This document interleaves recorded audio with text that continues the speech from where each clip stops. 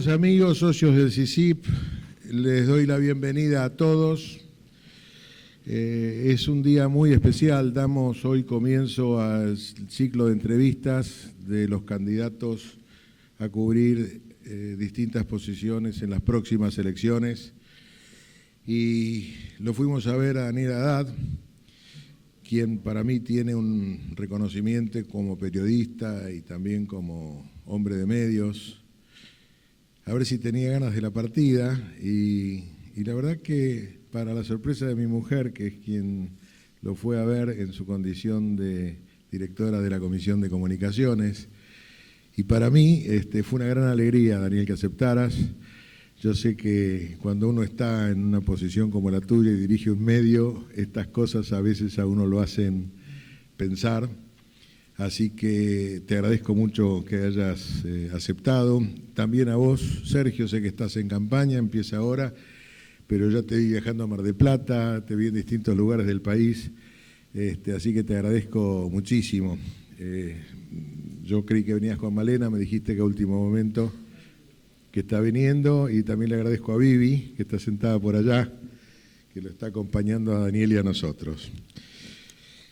La presentación básicamente de Sergio Massa, quienes todos ustedes conocen, es diputado nacional por la provincia de Buenos Aires, está casado con Malena Galmarini, tiene 2 hijos, Mili y Tomás.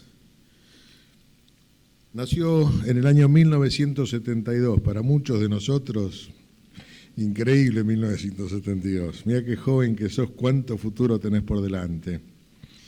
Actualmente candidato a senador nacional por la provincia de Buenos Aires por el Frente Un País en las elecciones PASO del próximo 13 de agosto.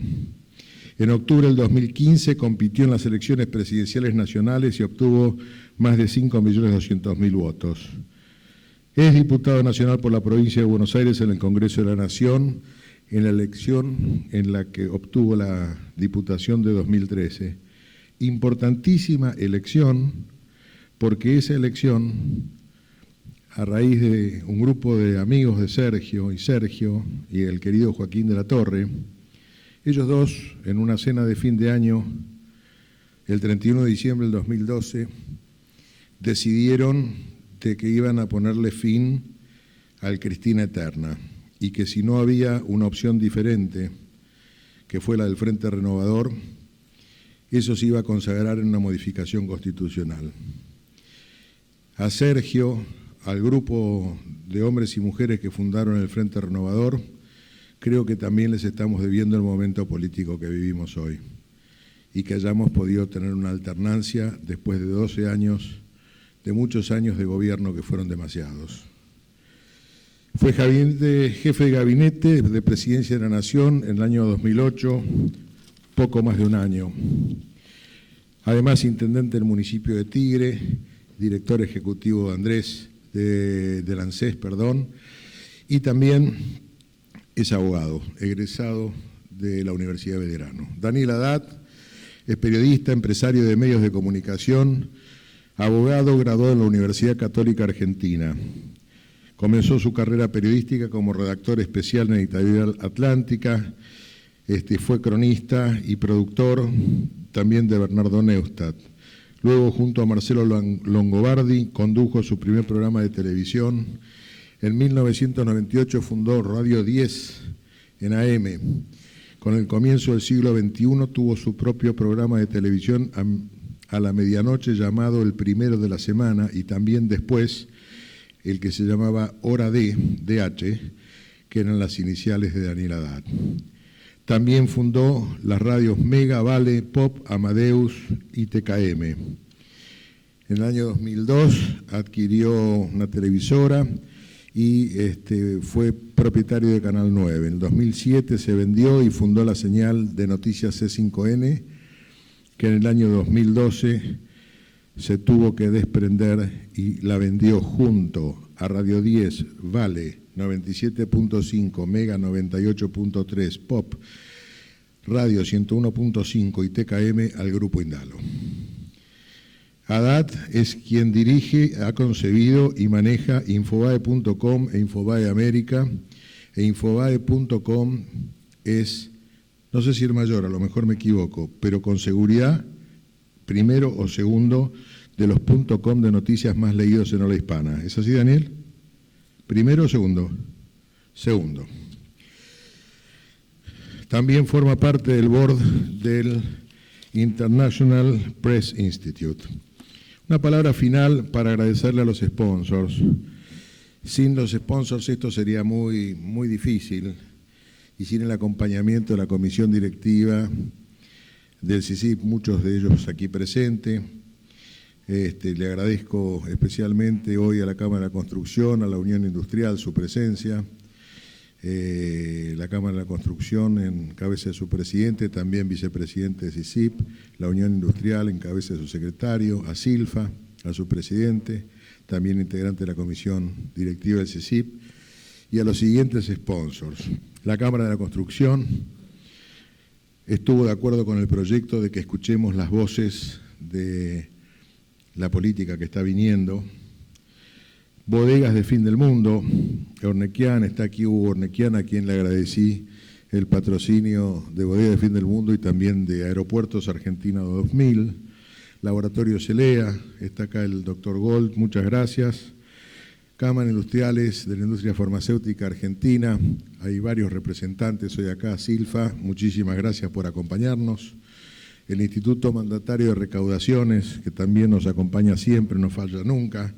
La familia Bagó y Biogénesis Bagó, que también están aquí presentes hoy, muchas gracias por acompañarnos. Medife, que es la primera vez que Medife toma un sponsoreo, empresa de medicina prepaga, muchas gracias. Banco de Valores y también el Swiss Medical Group. A todos ustedes, muchísimas gracias. Invito a Daniel Haddad y a Sergio Massa que por favor nos acompañen en el estrado. Bueno, buenas noches. Adrián, además de ser un innovador permanente, demuestra que es un hombre valiente, ¿no? Convocar a moderar al menos una de estas charlas a alguien que hace como 15 años no toma un micrófono, es un acto osado, valiente, audaz, así que le agradezco a Adrián y a Fafi que me hicieron esta invitación, es un enorme placer hoy estar acá. Si les parece como metodología, yo voy a hacerle unas preguntas a Sergio, a quien conozco hace muchos años, con quien hablo mucho, y después, si les parece, me van acercando preguntas que quieran hacer, así lo hacemos de una manera coloquial y amena, sin perder la profundidad y la oportunidad de aprovechar a uno de los hombres que compitió por la presidencia de la Nación hace 2 años, y Adrián marcaba muy bien algo, que en el 2013 se le puso fin a un proyecto político, y en el 2015 yo le agregaría a lo que decía Adrián, quizás de no haberse presentado, de no haber presentado la candidatura Sergio, las posibilidades de la continuidad del gobierno anterior hubiesen crecido enormemente, ¿no? Y eso es algo que muchas veces en el vértigo diario uno pierde de vista. Me gustaría, Sergio, comenzar conociendo un pequeño balance. Recién tuve la oportunidad de hablar con el doctor Lavagna y, ¿cómo decirlo? No voy a decir que me preocupé más de lo que uno vive preocupado en nuestro querido país, pero lo noté alerta, atento de la situación económica y de lo que se vive, según él, en el Gran Buenos Aires. Me imagino que debe tener que ver con esas caminatas que ustedes hacen, pero me encantaría conocerlo de tu boca. Bueno, primero agradecerte que te pongas los botines después de 15 años. Para mí es un orgullo. Tengo la suerte de conocerlo a Daniel hace mucho y de admirarlo hace mucho y de admirar no solamente su visión periodística, sino su visión sobre la tecnología y su influencia en nuestra vida. Fue el único que se animó a bancarme cuando empezamos con la locura de las cámaras de seguridad, que se animó a ponerle una mirada que tenía que ver con el servicio al ciudadano, así que nunca tuve la oportunidad de agradecértelo en público. Te lo agradezco, agradecerle a Adrián y al CICIP la posibilidad de participar de este ciclo de charlas y agradecerle a todos los que decidieron perder un ratito de la tarde y acompañarnos y escucharnos, porque en definitiva para nosotros es una oportunidad de contar lo que soñamos, de contar el país que imaginamos, de mostrar nuestro equipo. Recién Daniel hablaba de Roberto Labaña, está Marco, está el Vasco de Mendiguren, Daniel Arroyo, Gustavo Martínez Pandiani, Carla Pitiot, que de alguna manera son ese grupo, ese pack que trabaja todas nuestras ideas vinculadas a resolver los problemas que tenemos hoy, porque, y un poco ya entrando en tu pregunta, Argentina se enfrenta a una realidad, que es que a pesar de que las reglas de la economía mundial son de oferta y demanda, con la oferta como regulador de los mercados y de los precios, Argentina tiene una economía centralmente de demanda. Y esa economía de demanda nos pone en una situación muy difícil, que es que para poder sostener nuestro nivel de actividad, para poder sostener nuestro nivel de inversión, para poder sostener nuestros niveles de consumo, estamos muy atados a la capacidad de compra, al poder de compra en nuestro mercado interno. 80% de nuestro PBI es mercado interno. Y en teoría, cuando uno analiza cualquier economía mundial, dice las 3 turbinas son consumo, inversión y exportaciones. Desgraciadamente, en nuestra matriz económica, consumo representa el 80% del peso de esas turbinas, inversión representa el 8% y exportaciones el 12%. Y entonces, para lograr que nuestra economía crezca, necesitamos sostener el consumo y aumentar las inversiones, sostener el consumo y aumentar las exportaciones y aumentar el peso que exportaciones e inversión tienen en esas 3 turbinas para equilibrarlas un poco más. Pero lo que no nos puede pasar es que se nos caiga el peso de ese motor trasladando el avión, porque lo que termina pasando es que todos los que venimos adentro del avión empezamos a sentir que el avión pierde altura. Si tuviera que darte una mirada no tan técnica, te diría, el problema más serio que hoy tenemos es que la economía argentina lo que perdió es poder de compra de la gente. Con decisiones que en teoría aplicaban para mejorar la situación fiscal, que finalmente no sucedió. El mejor ejemplo de eso es la suba de tarifas para quita de subsidios, que en teoría iba a disminuir el déficit, cosa que no sucedió. ¿Y por qué no sucedió eso, Sergio? Porque creo que el gobierno no tiene plan económico. El gobierno tiene claro que Argentina necesitaba insertarse al mundo y eso lo hizo bien. El gobierno tiene claro que necesitábamos abrir una agenda de relaciones internacionales, pero la agenda de relaciones internacionales no tiene que ser para que construyamos viajes solamente, sino para que hagamos negocios. Y me parece que lo que nos falta es una política agresiva de discutir y de cerrar negocios con el mundo, porque además el mundo lo primero que mira es cómo actúan los argentinos. Y creo que cualquier economía en el mundo funciona de acuerdo a los incentivos que tiene. Y hoy tenemos un desincentivo fenomenal a invertir, porque en realidad el problema más serio con el que nos enfrentamos es que presión impositiva y tasa de interés elevada funcionan como un freno a aquel que tiene que tomar la decisión de ampliar capacidad instalada, de tomar empleo. Ahora, por ejemplo, bajar impuestos en un momento en que el déficit fiscal, el del presupuesto debe ser 4.2. Si le sumamos la deuda de las provincias o el déficit de las provincias más el pago de deuda, debemos llegar a casi un 7% del PBI. ¿Tiene hoy Argentina una chance real de bajar impuestos? En algunos rubros sí, y en otros deberíamos asumir que tenemos que copiar la matriz tributaria del resto del mundo. En un país en el que a la pobreza se la derrota generando trabajo, no podés castigar el trabajo con impuestos y premiar la especulación financiera. Que en la Argentina tengamos hoy la posibilidad de que el resultado de renta financiera no tenga impuesto cuando tenemos una situación en el mercado laboral y en el mercado de las pymes de enorme carga tributaria y en general en el sistema económico, es una señal de desincentivo. 26 puntos de tasa de interés en LEVAC en un momento en el que la Argentina necesita aumentar oferta es una mala señal. El gobierno anterior tenía un tipo de cambio desdoblado, prácticamente no utilizada en ningún país desarrollado del mundo. Cuando se produce el cambio de gobierno, el tipo de cambio sube. Sin embargo... Se sincera, ¿no? No sube. Claro, se sincera. El tema es que para muchos hoy ese tipo de cambio sigue estando atrasado. Porque lo que nos pasó es que después de la salida del cepo, tuvimos más de 50 puntos de inflación.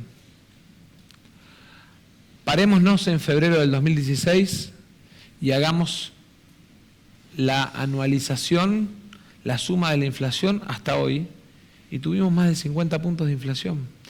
Y el problema es que, digamos, la llegada de dólares, y no es un problema la llegada de dólares, pero la llegada de dólares financiero, de alguna manera, digamos, contuvo la posibilidad de que haya tensión cambiaria, pero desacopló de la inflación que tuvimos el precio del dólar. Entonces nos encontramos con que tuvimos una inflación en dólares que nos quitó competitividad como país. ¿Y eso hoy cómo podría solucionarse? Me parece que no hay una medida, porque el problema de fondo es que la Argentina hace 6 años que no crece, Daniel. No es un problema de hoy. Cuando miramos los últimos 6 años, +2, -2, +1, -1, 0. Imagínate un cuerpo de una persona, de un chico, 6 años sin crecer. Los huesos, los músculos, las células. Y el problema que tenemos es que lo que necesitamos es definir cómo vamos a crecer, cuáles son nuestras oportunidades frente al mundo, cuánto trabajo argentino vamos a vender, cuáles son nuestras dificultades. Y me parece que lo que nos falta es un proyecto de país y definir que hay sectores de la economía que van a pelear nichos el año que viene, que hay sectores de la economía que van a pelear nichos en 5 años y que hay sectores de la economía que van a pelear nichos en 20 años. Pero también decidir que vamos a defender el trabajo y la industria argentina. Cuando vos hablás con, por ejemplo, la industria farmacéutica, por ahí vi algunos de alguna gente de Silfa, hoy vos tenés productos que la Argentina podría estar vendiéndole al Estado argentino para tratamientos de hepatitis C a $800 y los estamos importando a $20.000. Perdemos dólares, perdemos la oportunidad de generar trabajo, perdemos la capacidad de ofrecer en la región ese producto y eso tiene que ver con la falta de decisión política de privilegiar a nuestras empresas argentinas. ¿Te preocupa el nivel de endeudamiento que está tomando la Argentina nuevamente? A ver, si vemos los números, reales... Claro, frío deuda contra PBI no parece es mucho, una cuenta... Es 26% Argentina. Claro, por eso, frío deuda contra PBI es una cuenta. Cuando uno compara con otros países, lo primero que tiene que asumir es que nuestro problema más grave es que el sector privado no tiene crédito. Cuando uno mira cuánto del crédito es crédito público y cuánto del crédito es crédito del sector privado, el problema más serio que tenemos como país es que el sector privado no toma riesgo a largo plazo porque este país le cambia las reglas cada 5 años. Y entonces pensar o proyectar a 10, a 20 o a 50 años en un país que cambia las reglas cada 5 años es prácticamente imposible. Hablaste del mercado laboral, de cuidar el trabajo argentino. Yo noto que la Argentina tiene una legislación laboral absolutamente vetusta, ¿no? Y noto un sindicalismo que no termina de entender que vamos hacia un trabajo distinto al que conocimos hasta ahora, que hay muchos empleos que van a dejar de existir y que muchísimos otros van a llegar. pero con la legislación que hoy tenemos es muy difícil abrir las puertas al trabajo pensando en las contingencias, indemnizaciones, etcétera, etcétera, etcétera.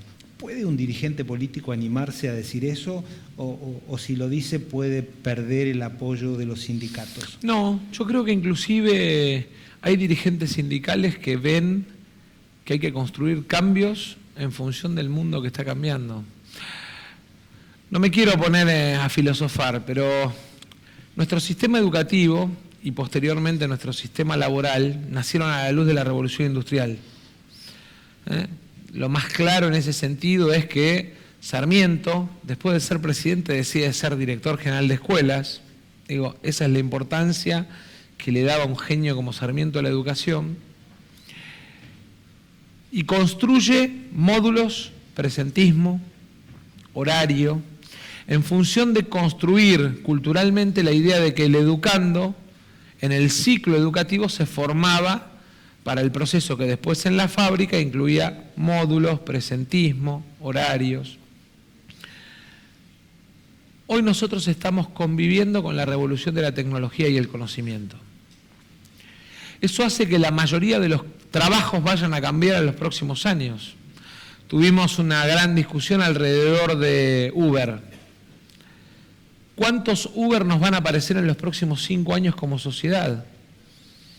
Estados Unidos acaba de ver cómo cierra Sport Authority, uno de los símbolos de la venta en centros comerciales de productos deportivos, porque hoy la gente compra zapatillas, remeras por internet.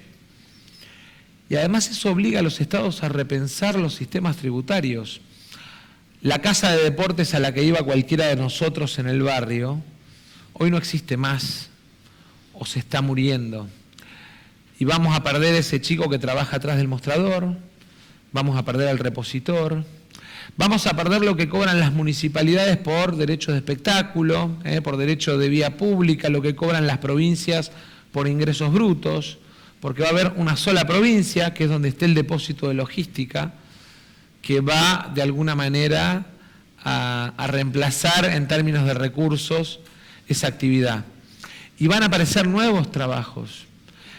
Yo tuve la oportunidad, invitado por la École de France, de estar 10 días viendo los procesos de reconversión en Europa, y un caso que me quedó muy grabado es el del correo francés, que se transformó de alguna manera en el back office y en la logística de todo el e-commerce en Europa o en parte de Europa. Ahora, te imaginas, de Argentina que tiene un correo argentino que no quisiera usar adjetivos, pero creo que no está a la altura de lo que es un correo en el mundo, pero tampoco tenés correos privados que puedan competir con, no sé, con FedEx o con cualquier correo que hace que Amazon sea lo que es hoy en el mundo.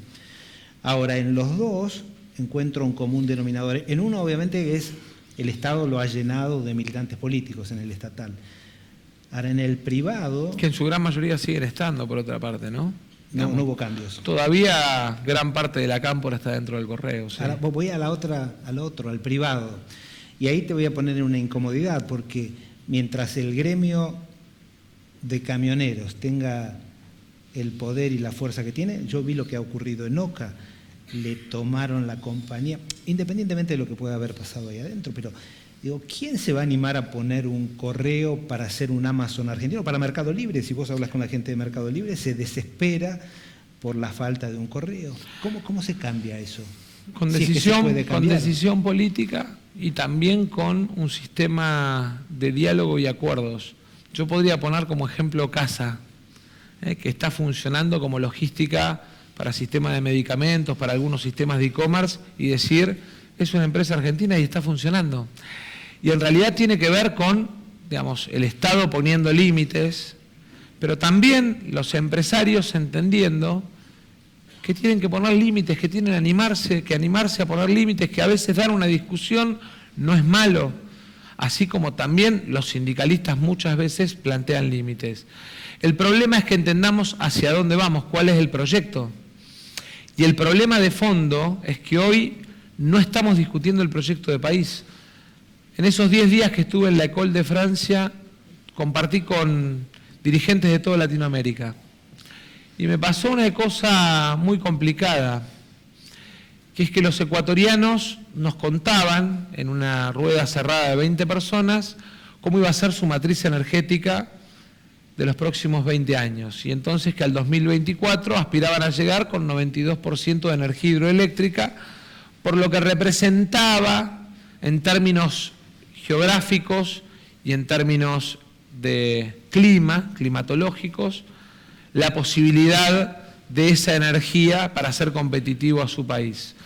Los chilenos presentaron su plan diversificado de matriz energética y cuando me tocó hablar a mí, tuve que contar que la Argentina no tiene un plan federal energético a 20 años y que estábamos empezando a ver si con las energías renovables empezábamos a generar herramientas de sustitución, pero que no teníamos definido una política en el Congreso a 20 años que estableciera que íbamos a premiar las energías renovables, que íbamos a premiar las centrales hidroeléctricas más chicas porque tienen menor tiempo de inversión o mayor rapidez de puesta en marcha, y, digamos, o que íbamos a aspirar a que el gas fuera uno de los fluidos porque en definitiva el shale gas era más rápido de extraer y el gas convencional, que a lo mejor el petróleo, por los procesos que tenemos todavía de atraso tecnológico en materia de fracturas para la explotación de vaca muerta y por el costo que tenemos, no lo tenemos explicitado en ningún lado como país. Entonces es muy difícil decirle a un trabajador que lo llevas a ningún lado. Le tenés que contar cuál es tu sueño de país, cuál es tu sueño de empresa. No se lo dice. Yo creo que el gobierno no tiene claro todavía qué país quiere diseñar y construir. Por ahora los mensajes fueron primarización de la economía, por eso, de alguna manera, una buena herramienta inicial de fortalecer a una de nuestras turbinas, la de exportaciones, a través del campo, pero después acompañada de premio a un sector como la minería, que en el año de la suba del oro echó al 14% de sus empleados.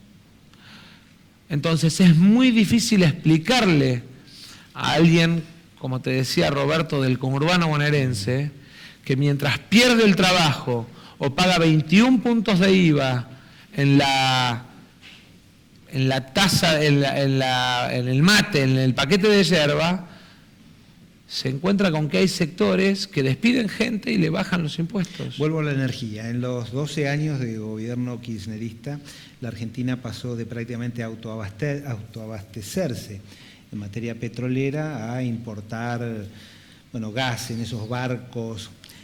Eso fue un... GLN. Exactamente. ¿Eso fue un mal diseño de política o simplemente fue una forma fácil de hacer negocios corruptos? Las dos cosas.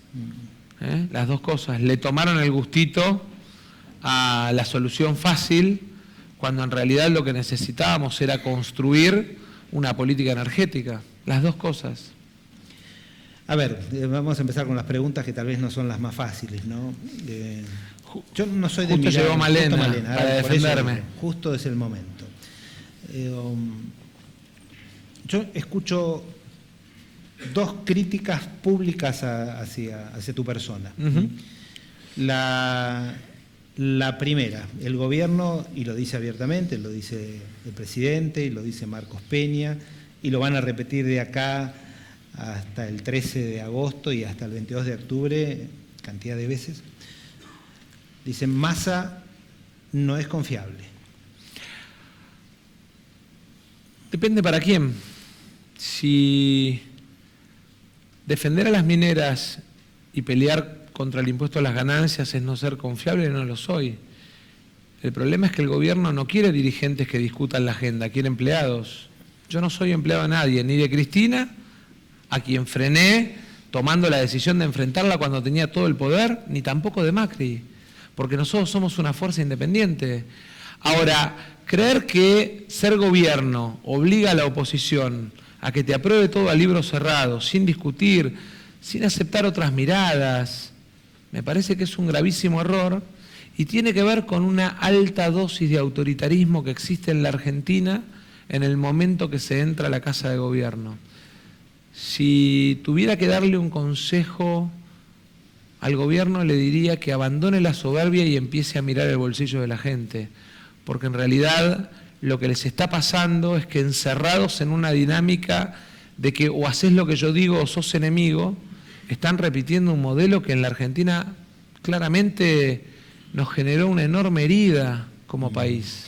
La segunda, en cuanto a cosas que tal vez se puedan decir de Sergio Massa, político, dirigente, candidato hoy a senador y tal vez mañana nuevamente a presidente, es, y sobre todo en días donde la pus de la corrupción aparece y salta, aunque no lo veamos de la mano de la justicia argentina se la ve con una lentitud en ese tema, algunos se puede hasta molestar, irritar por los pocos resultados que se ven en las investigaciones. Pero alguien puede decir, y lo dicen y te lo van a decir en toda esta campaña, bueno, Sergio Massa lo vio de cerca eso. Fui 11 meses jefe de gabinete y me fui. Y no solamente me fui, sino que además, cuando nos decían, bueno, si no les gusta lo que ven, armen su propio partido y gánennos las elecciones, armamos nuestro propio partido y los enfrentamos en elecciones. Y cuando tomamos esa decisión dijeron que nos iban a carpetear. Me acuerdo la tapa de una revista que en ese momento tuvo mucha publicidad diciendo que el gobierno... Y la verdad es que tengo la suerte de poder mirar todos los días a mis hijos a los ojos, porque no tengo ni hoteles, ni sociedades offshore, ni cuentas en Panamá, ni tengo ninguna cosa que no esté en mi declaración jurada. Y pasé por la función pública y no tuve ni una sola denuncia por corrupción. Y en el 2013 el kirchnerismo me inventó una denuncia con una tapa trucha de una revista de un señor que era operador del gobierno y después fue candidato, un señor Spolky, que me armó primero una denuncia trucha periodística y después judicial. 2 años me investigaron. Me acuerdo que mi papá me decía, me están pidiendo las expensas de hace 5 años de mi casa, y tuvo que ir a pedirlas al administrador. Y la verdad es que lo bueno es que me investigaron de punta a punta, no me encontraron nada, porque no tengo más que lo que está en mi declaración jurada y que lo que somos. Mis hijos pueden decir con orgullo que viven de lo que ganan sus papás y que lo que tienen es lo que sus papás se supieron ganar con su trabajo. No sé si toda la dirigencia política en la Argentina puede decir lo mismo. Te voy a hacer 2 preguntas absolutamente directas porque son 2 nombres y 2 apellidos que has conocido y que hoy todo el mundo, o al menos en la opinión pública, a través de los medios de comunicación y en redes sociales, habla de ellos. Uno es Julio De Vido y el otro es Cristina Kirchner. Si alguien te pregunta, si te invitan a una escuela francesa, a una escuela americana o a China, como has estado hace poco tiempo, y te pregunta, ¿usted cree que De Vido, y yo no lo haría, ¿no? Pero ¿usted cree que De Vido y Cristina Kirchner han sido corruptos? No a mí, a ellos, ¿qué les contestarías? Que la justicia está demostrando lentamente y está corriendo el velo hacia la realidad en la Argentina. Yo lo pongo al revés, digamos, y no en el caso de puntualmente de Vido o de Cristina. Yo lo que digo es, mañana tenemos la oportunidad, mañana, no dentro de 6 meses, mañana tenemos la oportunidad todos de mostrarle a la sociedad que hay un cambio de paradigma en la Argentina y renunciar y aprobar en el Congreso la aceptación de renuncia de todos los fueros de todos los legisladores en la Argentina. Mañana vamos a ver gráficamente quiénes quieren fueros y quiénes no, sentados ahí en el recinto. Porque no tengo ninguna duda de que los fueros terminan siendo un mecanismo de elusión de justicia. Pero tampoco tengo ninguna duda de que los argentinos, para cambiar el mal presente que tienen, tengan que elegir la corrupción. No creo que sea necesario. Pregunta, si mañana no, pero el 13 de agosto hay elecciones. Cuando hablo con encuestadores todos los días, me dicen que el piso de Cristina en la provincia de Buenos Aires es el piso más alto de todos los candidatos y el techo tal vez es el más bajo. Pero el piso es realmente significativo. Mirá lo malo que ha sido este gobierno que Cristina resucitó políticamente. En términos de resultados para la gente, en términos de resultados para el laburante, para el tipo que de alguna manera necesita tener un proyecto de vida acompañado por el Estado, el gobierno ha abandonado a la buena de Dios a muchísima gente. Y creo que ese es el resultado. Ahora, yo creo que para la Argentina no hay nada mejor que saber que frente a la idea de, digamos, un mal resultado económico, la solución no es un mal resultado en transparencia. Creo que hay que mostrar que hay una alternativa y ese es el desafío que de alguna manera nos propusimos con Margarita y con todo el equipo que nos acompaña, armar una propuesta de país, mostrar el equipo con el que pretendemos llevarla adelante y tratar además de convocar a los millones de argentinos que no creen ni en la corrupción ni en el ajuste como mecanismos de gobierno. ¿Cómo tomarían los mercados el 13 de agosto a la noche o el 14 de agosto a la mañana si vemos en la PASO, lo que no significa que eso sea la elección definitiva, que Cristina y otro, ya sea Bullrich o Massa, tienen prácticamente la misma cantidad de votos? No entiendo. A ver. Yo me levanto, soy un inversor, Sí. leo el Wall Street Journal, estoy mirando a la Argentina y veo que la señora que manejó el país durante 8 años, o casi 12, en la primera elección de medio término, después de haber abandonado el poder, prácticamente en la provincia más importante de la Argentina empata con otro candidato, sea el señor Massa o sea el señor Bullrich.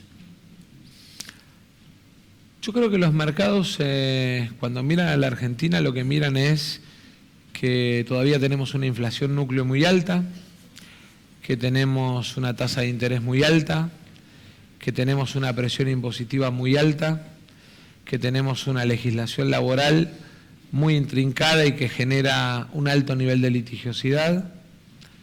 Y todo eso, de alguna manera, es lo que ha frenado la llegada de inversiones a la Argentina, que primero iban a ser en el segundo semestre, después en el tercero, estamos en el cuarto, y me parece que tiene que ver con que Argentina necesita un cambio en su estructura de funcionamiento económico e institucional, en serio, y que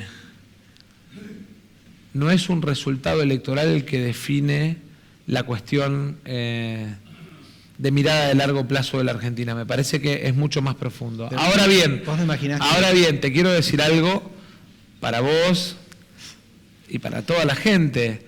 Yo creo que el 12 de agosto y que en octubre el mundo va a seguir confiando en la Argentina porque los argentinos van a castigar el ajuste sin votar la corrupción, eligiendo una alternativa que somos nosotros.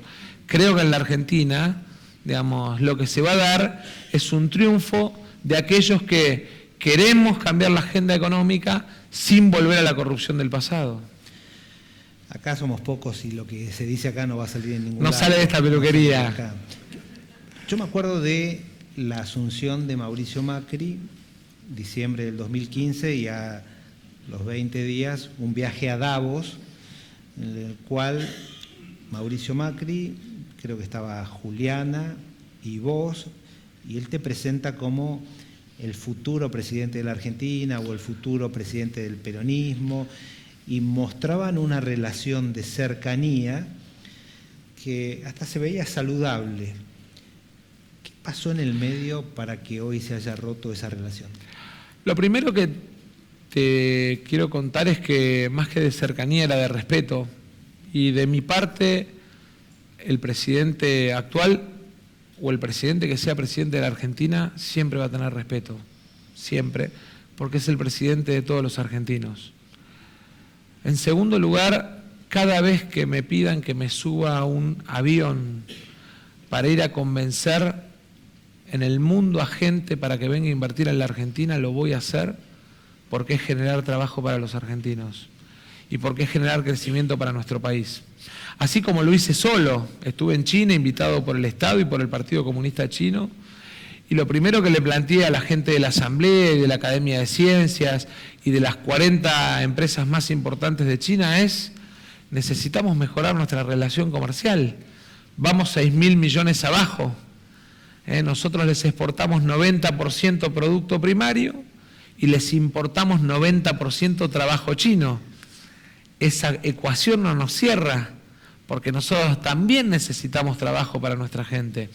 O estuve en Israel en una visita de Estado y estuve en la Agencia de Desarrollo de Startups que tiene el Estado y las empresas israelíes, y les pedí que vieran cuáles eran los nichos en los cuales Argentina podía desarrollar trabajo para nuestros jóvenes. 18 a 25 años, el peor de los diagnósticos que tenemos en materia de empleabilidad en la Argentina. Entonces, creo que sobre todas las cosas uno tiene que ser argentino, y más cuando sale del país. Ahora, ¿eso te inhibe de llevar adelante otras discusiones? No. 4 días después de ese viaje, le planteé al presidente por carta documento que no podía designar por decreto ministros de la Corte. Pocos días después, planteé que el tarifazo que estaban poniendo en marcha se les iba a caer en la Corte Suprema de Justicia de la Nación porque no habían hecho las audiencias públicas. O sea, uno tiene que decir lo que piensa, si de verdad quiere al país y quiere lo mejor para el país. Y sobre todo, cuando lo dice respaldado no por mis ideas. Tal vez yo sea el menos preparado del equipo que trabaja con nosotros. Gente que mostró capacidad de solución y capacidad de respuesta frente a acontecimientos muy pesados de la Argentina. Yo siempre digo, en 2 años, la tarea de La Baña nos permitió bajar 40% la pobreza. En menos de 2 años, el cambio de gobierno nos subió 10% la pobreza. ¿Por qué no escuchamos a los que saben? Nosotros sentimos que tenemos un gran equipo para darle propuestas que respondan a mejorar el presente de los argentinos. ¿Qué clima social se ve cuando uno camina el Gran Buenos Aires, sobre todo el Gran Buenos Aires más profundo? No Tigre, no Olivos, no San Isidro, no Pilar, sino lo que es más profundo y va hacia el oeste y hacia el sur. Pero Tigre también, tiene una composición en mix que te permite leer bien el diagnóstico social. Yo te diría que hay 2 sensaciones, la de la bronca y la desilusión. La bronca porque las cosas no van bien y la desilusión porque las cosas salieron mal. Y me parece que el desafío nuestro es mostrarle a esos millones de argentinos que por ahí la están pasando mal, que no tienen que bajar los brazos y que tenemos que construirles nosotros ese país que sueñan. Y digo nosotros, toda la dirigencia. Cuando planteo la discusión de los fueros, lo planteo porque venimos de un mal precedente. En un momento en el que paritarias no cerraban, los docentes se enfrentaban dificultades, había gente que estaba perdiendo el trabajo, el Congreso dio uno de los ejemplos más nefastos de los últimos 2 años, cuando se juntaron los diputados de Cristina y los diputados de Macri y se embolsaron 30 lucas de aumento a contramano de lo que estaba pasando en la sociedad. Y les advertimos y lo rechazamos y le pedimos que lo volvieran para atrás y volvieron a levantar la mano y volvieron de alguna manera a decirle a la sociedad que le daban la espalda. Cuando planteamos el tema de los gestos... Pero Sergio, ¿son números tan importantes? ¿Eso cambia? Es que no es un problema de números importantes o no. Es un problema del gesto que te hago. Yo tengo que tener la misma actitud de alguna manera de recogimiento que te toca enfrentar a vos. Resulta que vos que sos un jardinero, un peluquero, monotributista y no llegás a fin de mes y recortaste alguna cosa y te vino la tarifa de luz, no tenés una auto paritaria que te aumente 30 lucas el sueldo. Y nosotros tenemos que dar el ejemplo, porque los ejemplos se construyen de arriba para abajo en una sociedad, no de abajo para arriba. Nosotros no podemos pedir ejemplaridad de abajo para arriba, tenemos que construir ejemplaridad de arriba para abajo, porque es lo que espera la sociedad de nosotros. Dos temas del Poder Judicial. ¿Qué crees que habría que hacer con la Procuradora General de la Nación? Nosotros planteamos, creo que cumpliendo con la ley y cumpliendo con, además, todo el proceso que la ley determina, hay que cambiarla, pero entre otras cosas porque la política criminal, que es la que maneja el procurador, tiene que estar asociada a la política de lucha contra el crimen que tiene, digamos, el Estado planificado. Digamos, para eso obviamente necesitamos además tener planificado y cerrado entre todos un acuerdo de política de Estado de lucha contra el crimen en materia de lucha contra el narcotráfico, contra el lavado de activos. Hoy todavía no tenemos la ley de extinción de dominio. Los senadores sería muy importante que aprueben esa ley, no porque sea autoría mía, sino porque nos permite algo muy importante. La sociedad argentina no solamente quiere presos por corrupción, quiere que devuelvan lo que robaron. Y esa ley es la que nos permite no solo, digamos, que haya castigo penal, sino que haya castigo económico. Creo entonces que es muy importante que la política criminal siga a la decisión de política criminal que toma el Estado en su conjunto. Está bien, pero hoy, por ejemplo, creo que fue el fiscal Tayano. Por decreto no, Por decreto me parece un mamarracho. No creo que... Aunque sea procesada. Es que el problema, ¿sabés cuál es? Que en la Argentina tenemos que aprender a cumplir con la ley, si le queremos exigir a la sociedad que cumpla con la ley. ¿Por qué cuando nos vamos al exterior no pasamos semáforos en rojo y acá pasamos semáforos en rojo? ¿Por qué, digamos, hablamos de calidad institucional y después cuando tenemos un problema, en lugar de juntar al Congreso, llevar adelante el procedimiento, queremos saltear el procedimiento que tenemos por ley? La Argentina tiene que aprender a cumplir la ley en su conjunto. Y creo que es muy importante que lo hagamos entre todas las fuerzas políticas, pero que lo hagamos bien. O sea, en eso coincidís con la doctora Carrió. Y con Margarita Stolbizer. Yo coincido con Margarita. Pero preguntan, la verdad no iba a nombrar a la doctora Carrió.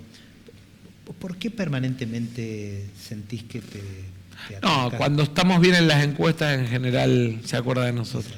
La otra pregunta sobre la justicia es, hace meses, 2, 3 meses, visitó a Argentina el juez Moro, que en Brasil dio un cimbronazo, y cuando uno intenta comparar el juez Moro, lo que hizo Moro en Brasil con lo que se hace acá, prácticamente suena casi imposible. ¿Por qué imaginás que la justicia federal argentina no logra hacer, no digo un manipuliti, pero sí ejemplificar en algún caso? Primero te voy a dar una respuesta jurídica y después una respuesta política. La respuesta jurídica es, tenemos una ley de Consejo de la Magistratura que hace muy dependiente al Poder Judicial del Poder Político. Y si queremos tener una justicia independiente, tenemos que cambiar la ley de Consejo de la Magistratura. Y darle de verdad independencia, no solamente a la designación de los jueces, sino también a la destitución de los jueces. Tenemos que animarnos a que cuando un juez no funciona lo destituimos y punto. Así como la sociedad con su voto cambia a un diputado que no anda, el sistema de control que tiene el Poder Judicial, que es el Parlamento y el Consejo de la Magistratura, se tiene que animar a destituir a un juez cuando no anda. No solo a un juez federal, a un juez penal. Vivimos en un país donde, digamos, todavía mantienen sus cargos jueces que consideraron que en una violación la penetración no estaba probada porque ese día se perdió la prueba. Y siguen en su cargo, y las víctimas de violación, digamos, sufren una doble afrenta, el Estado fracasando al momento de cuidarlas y el Estado fracasando al momento de establecer castigo. Y lo vemos en los casos de violencia de género, jueces que no aplican la medida de restricción y que después, cuando se les muere, se hacen los desentendidos, porque no les supieron aplicar límites al violento.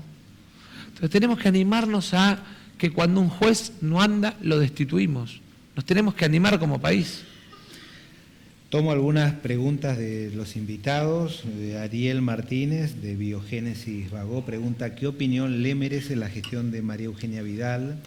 Y si en lo particular en el conflicto de la educación hubiese actuado de distinta manera. Sí, hubiésemos actuado distinto. Tengo la tranquilidad de conciencia de que se lo planteé a la gobernadora apenas arrancó la gestión.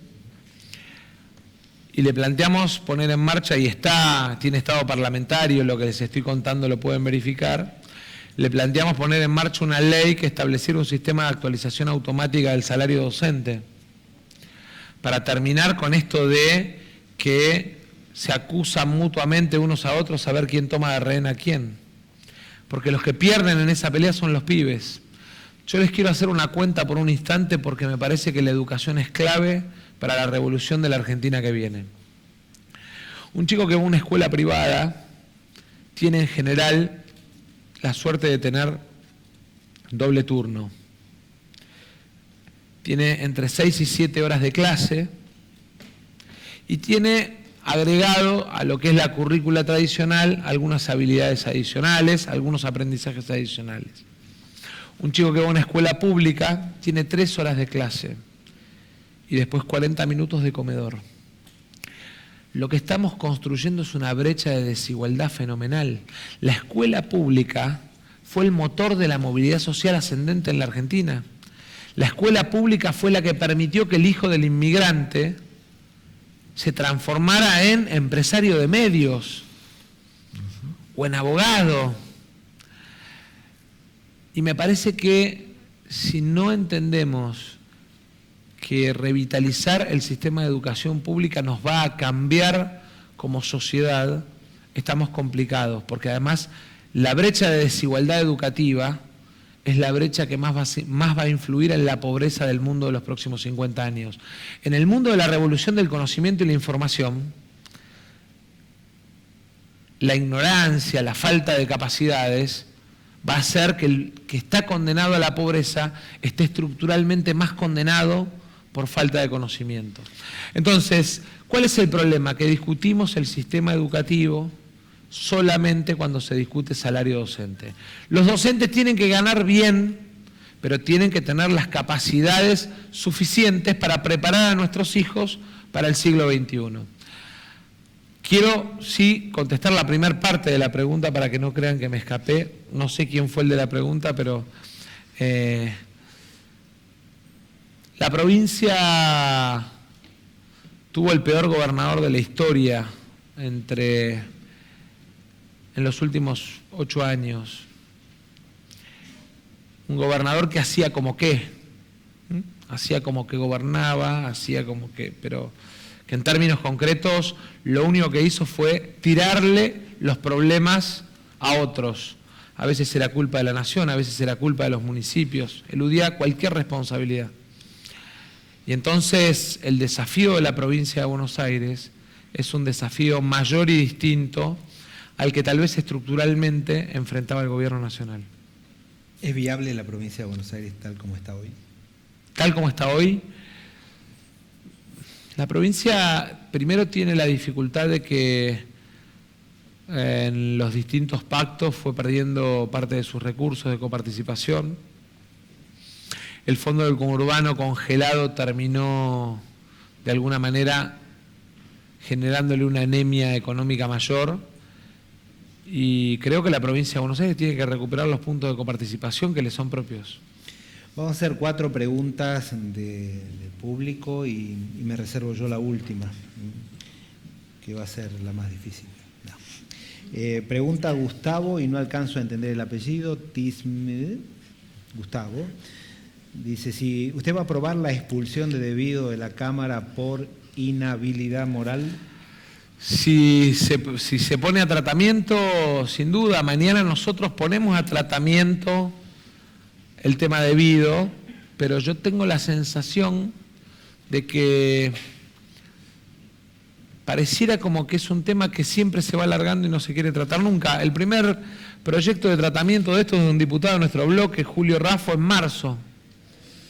Y todavía sigue gritando, porque además me acuerdo como si fuera hoy, cuando pedía el tratamiento del tema, quedó gritando como un loco. Él está sentado en la última fila de las bancas y quedó gritando como un loco solo, digamos, mientras le pedíamos la palabra para incorporar el tema al presidente de la Cámara, que nunca se lo incorporó. Y tengo la imagen de darme vuelta y de verlo a Julio gritando como un loco, digamos, pidiendo que le incorporen el tema, a Julio Raffo, ¿no? Así que es un tema que traemos desde marzo. ¿Qué alternativa al fuerte endeudamiento en dólares propondría para financiar el déficit fiscal hasta que éste finalmente desaparezca? Es una pregunta que tiene, digamos, varias respuestas. Lo primero que me gustaría es que quede claro que nuestro problema de déficit tiene su mayor dificultad, diría yo, en un Estado que no está bien gestionado. En un Estado que no está bien gestionado. Y me gustaría comparar, me gustaría que en todo caso nos tomemos el trabajo y que miremos y comparemos números de gestión y de resultados y de niveles de ejecución. Y creo que el problema más serio es que hay un problema de gestión del Estado en términos de resultado fiscal. Creo además que el Banco Central tiene un instrumento fenomenal para poner en marcha rápido mecanismos de crecimiento de nuestra economía, de quienes son los mayores inversores de nuestra economía, que no son los inversores extranjeros. No nos engañemos, cuando hablamos de que el 72% de nuestro empleo es pyme en la Argentina, cuando hablamos de que el 80% de nuestra economía es mercado interno, de lo que estamos hablando es de que los mayores inversores de la economía argentina son los argentinos. Y que entonces lo primero que necesitamos es darle instrumentos de inversión a los argentinos, dejar de ir a buscar inversiones mágicas que no llegan nunca a otros lugares del mundo y darle facilidades para invertir a aquel que tiene capacidad instalada en la Argentina, porque además es el que más rápido genera trabajo. Y en ese sentido, el seguro de tasa, apalancado sobre el Fondo de Garantía y Sustentabilidad, para aquellas inversiones productivas, pero no para los amigos del Fondo del Bicentenario, para todos en todas las sucursales bancarias, y el seguro de tasa frente a una obligación intergeneracional como la que tiene el ANSES apalancado en el Fondo de Garantía para lo que es el crédito hipotecario, son dos instrumentos que rápidamente ponen en marcha la economía argentina y le permiten crecer. Entonces, me parece que el desafío más importante con el que nos enfrentamos es el de crecer y no ver cómo la frazada corta la usamos para taparnos los pies o la cabeza. Te vuelvo a poner el ejemplo del sector, porque es un sector que estuvimos mirando ayer por los impuestos, porque además tienen la situación los laboratorios argentinos de que tienen la desventaja de que tienen mayor carga tributaria que los laboratorios extranjeros. Y entonces termina pasando que un medicamento importado compite en precio con uno nacional, con la desventaja de que nuestros laboratorios pagan los impuestos en el origen de la cadena, ni siquiera en el consumidor final. Entonces, termina la película con remedios más caros, que paga la gente más caros, por mayor rentabilidad de los laboratorios extranjeros que de los laboratorios nacionales. Entonces, me parece que el problema es que hay que mirar sector por sector y nicho por nicho de nuestra economía, cuáles son nuestros vectores de crecimiento más rápido. Daniel Salomón dice, ¿qué opina del cierre de fábricas de electrónica en Tierra del Fuego, producto de la importación? ¿Y qué valora más usted? ¿Esas fuentes laborales perdidas o productos baratos para todos los argentinos? A mí me parece que no es una cosa o la otra. Eso de, digamos, si hay algo que tiene que abandonar la Argentina es el maniqueísmo. De que es esto o el abismo, es esto o el abismo. Porque el maniqueísmo nos llevó a fracaso tras fracaso. Me acuerdo un ministro de Economía que decía, es el blindaje o el abismo, es el megacanje o el abismo, y después vino el abismo. Entonces, Argentina tiene pertenencia al Mercosur. Manaos tiene un régimen de promoción para el sector electrónico. Cada dólar que nosotros dejamos de poner en Tierra del Fuego es un dólar que se nos va a Manaos, antes de la competitividad de los productos que importamos en tabletas. ¿Cuál es el problema de fondo? El problema es que la legislación y el régimen no tenía obligaciones de integración cada vez mayor y no tenía, digamos, un esquema de controles, que lo que está haciendo es que el régimen esté en dificultades. Ahora, Manaos tiene régimen hasta el 2050, ¿le vamos a regalar nuestros dólares a los brasileros? ¿Vamos a tirar a los fueguinos a la calle? Y esto no tiene nada que ver con los precios de los productos electrónicos, porque los precios de los productos electrónicos en la Argentina, digamos, estaban además distorsionados por cómo teníamos armado el sistema aduanero, y en eso creo que el gobierno acertó y tuvo una política que bajó precios, pero eso no significa que tengamos que discontinuar, digamos, nuestra capacidad de producción. Y escuché mucho, y soy, digamos, de alguna manera defensor del trabajo argentino en cualquier rincón. Yo hubiese hecho, no todo en Tierra del Fuego, hubiese hecho celulares en la región tal vez de La Rioja o de Catamarca, hubiese hecho todo lo que es equipos vinculados a PC y a notebook en la zona de Jujuy y Salta por la reserva de litio que tenemos, y hubiese obligado a que ese litio, que es un producto primario, en lugar de exportarlo como litio, lo integremos a la cadena de valor. Digo, cualquiera de los productos electrónicos que usamos tiene mucho de litio. Baterías. Las baterías, entre otras cosas. Ahora, lo cierto y lo concreto es que los brasileños tienen un régimen y son nuestros socios. Y lo que tenemos que saber es que cada puesto de trabajo que perdemos en Tierra del Fuego es además un dólar que se va a Brasil. La última pregunta. En un momento mencionaste que la gente es de una manera antes de ingresar a la Casa de Gobierno y cuando ingresa a ese despacho tal vez se transforma en un ser un poquito más autoritario. Dramamine.